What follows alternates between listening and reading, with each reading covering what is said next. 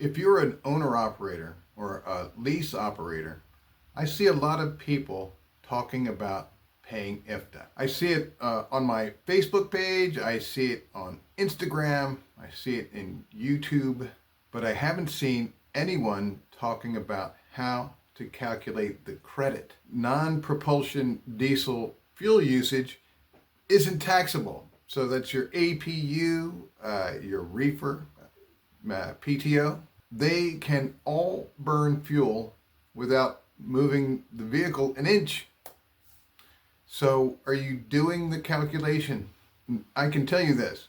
I had returned to driving trucks during COVID, but by 2025, I was working for the state of New Jersey Motor Vehicle Commission in a pilot program to review new licensees' compliance with IFTA and IRP. So I was reviewing IFTA and IRP, contacting new licensees and giving them advice as to how to keep adequate records. And I could be wrong. It's entirely possible that after a few years, more experienced drivers have this sorted out. I don't know, because I was only consulting with new licensees. But I can tell you what I saw, and I didn't see anyone doing this calculation. And as far as I can tell, there's nothing the state's doing to make sure that drivers benefit from the calculation either.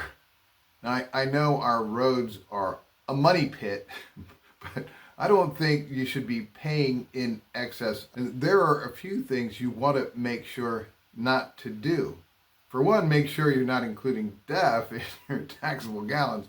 And the other one is make sure you're not paying the tax on non-propulsion diesel usage. So your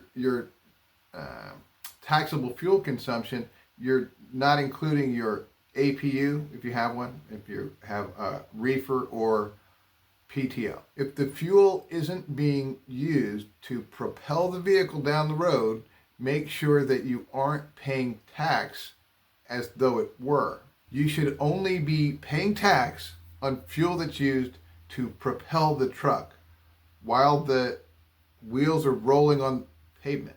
So who needs to be thinking about this? Well, if you have an APU, non-propulsion fuel use, if you have a refrigerated vehicle, obviously if the trailer is separate from the tractor and it has its own fuel source, it's fairly easy to keep that segregated. But if you have a Class B vehicle and the fuel is coming from the same resource that you're using to propel the vehicle, then you have to do the calculation on your own. Maybe it's a refrigerated straight truck, maybe it's a bucket truck, maybe it's a concrete mixer, a dump truck with PTO, or maybe it's a carnival, right? So it's possible that you're using diesel fuel that doesn't move the vehicle 1 inch.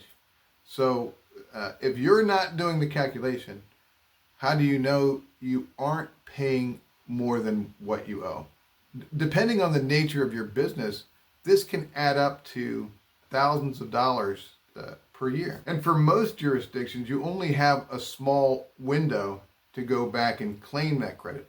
Yeah, it seems pretty standard across jurisdictions. In New Jersey, for example, they require you to maintain 4 years worth of IFTA IRP records. So the window is actually only 3 years, and then every quarter you wait is one that slips away. If you think this might apply to your operation, type credit in the comments and we'll be happy to take a look.